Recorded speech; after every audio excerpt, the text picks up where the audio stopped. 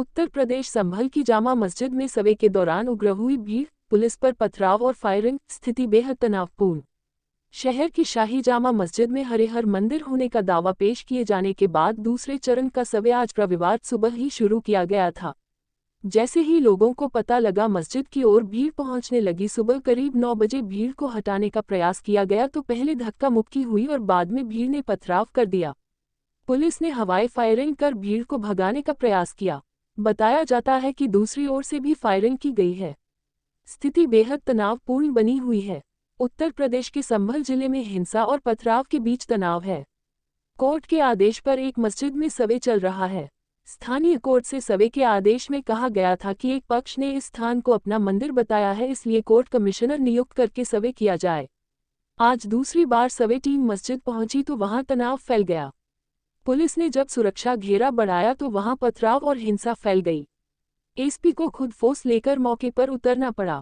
संभल के संबलपुर क्षेत्र में सवे टीम की मौजूदगी के दौरान एक समुदाय के लोगों ने पुलिस टीम पर पथराव किया।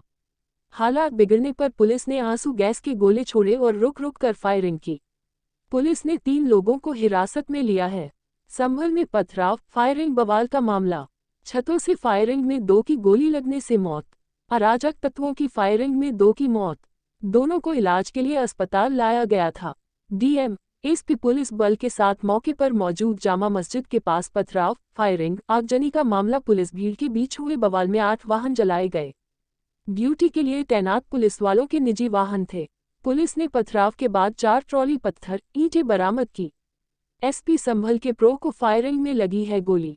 एक को समेत 10 पुलिस वाले अभी तक हुए हैं घायल। सवे के दौरान शुरू हुआ था एक मोहल्ले से पथराव। सुबह 7 हुआ, सवे 10 बजे तक हुआ पूरा। एडीजी बरेली रमित शर्मा मौके पर कैंप किए हुए हैं। दिग मुनिराज, कमिश्नर आंजनेय कुमार मौके पर है। डीएम, एसएसपी हालात को काबू करने में जुटे हुए हैं। लगभग 2 घंटे ठीक ठाक सर्वे हुआ, कोई दिक्कत नहीं थी। उसके बाद वहाँ पे उसी दौरान क्राउड इकट्ठी हो गई। शुरुआत में वो लोग कुछ नारे वारे लगाने लगे। उसके बाद थोड़ी देर बाद वहाँ पे पथराव शुरू हो गया। पुलिस ने उन लोगों को दूर किया। हालांकि वो मस्जिद परिसर तक नहीं जाने पाए थे, पुलिस ने उनको दूर किया। और उसके बाद जब सर्वे कंप्लीट हुआ 11 बजे के थोड़ा सा बाद जब टीम निकली सर्वे करने के बाद, तो उसके बाद उन्होंने खूब पथराव करना शुरू कर दिया। 2-3 तरफ से ग्रुप थे, एक जो सामने से था, एक दाएं तरफ से, एक बाईं तरफ से, वो लगातार पथराव कर रहे थे। पुलिस ने उसके लिए बल प्रयोग किया ताकि सुरक्षित रूप से टीम को निकाला जा सके। तो सर्वे की टीम है और आंसू गैस के गोले भी छोड़े। जो प्लास्टिक बुलेट है उसका भी इस्तेमाल किया। इस बीच में उन लोगों ने दूसरी जगह पे उनका जो ग्रुप था उसने गाड़ियां जलाना शुरू कर दिया। 3-4 गाड़ियां भी वहां पे जलाई गई, कुछ एक बाइकें भी जलाई गई हैं। उन लोगों को हटाने के लिए भी पुलिस ने फोर्स का इस्तेमाल किया। इस बीच में 2 ग्रुप आमने सामने थे, तो 3 ग्रुप बल्कि वहां पे थे 3 तरफ से। उसी बीच में गोली चली। गोली कौन से ग्रुप ने किस पे चलाई, कैसे हुआ, लेकिन उस बीच में जो गोली चली उसमें हमारे पुलिस अधीक्षक हैं, उनके पीआरओ के पैर में गोली लगी। एक डिप्टी कलेक्टर का पैर फ्रैक्चर हो गया उसी हंगामे में। एक सीओ साहब के भी छर्रे लगे हैं और करीब 15-20 जवान घायल हो गए हैं। एक कांस्टेबल के सिर में गंभीर चोट आई है। और इस गोलीबारी में जहां तक अभी तक कंफर्म हुआ उसके हिसाब से 3 लोगों की मृत्यु भी हुई है। उन 3 लोगों के नाम है नईम जो कोट करवी से है, बिलाल जो सराय तरीन से है और नुमान जो हयात नगर सराय तरीन से है।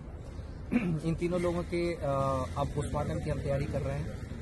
और जो स्थिति है अभी वो फिलहाल कंट्रोल में है। बीच में जो वो ग्रुप था वो कुछ लोग घूम के चले गए दूसरी तरफ, नखासा की तरफ, और वहाँ पर मैं और डीआईजी साहब मौजूद थे। वहाँ पे भी पथराव किया गया।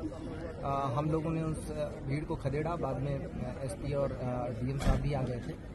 उस पथराव घटना में हमारी कोशिश रही कि उनमें से कुछ को पकड़ा जाए और पकड़ा भी गया। उनमें 2 महिलाएं भी पकड़ी गई जो छत पर से पथराव कर रही थी और काफ़ी कुछ 5-6 लड़के भी पकड़े गए। अभी तक कुल मिला के जो अभी तक संख्या 15 लोगों के करीब डिटेन किया गया है, उन लोगों से पूछताछ चल रही है। ये निश्चित रूप से एक उकसावे के अंदर की कार्रवाई है जिसमें जाने भी गई हैं। ये सारे लोग नई उम्र के लड़के या तो थे या फिर महिलाएं थी।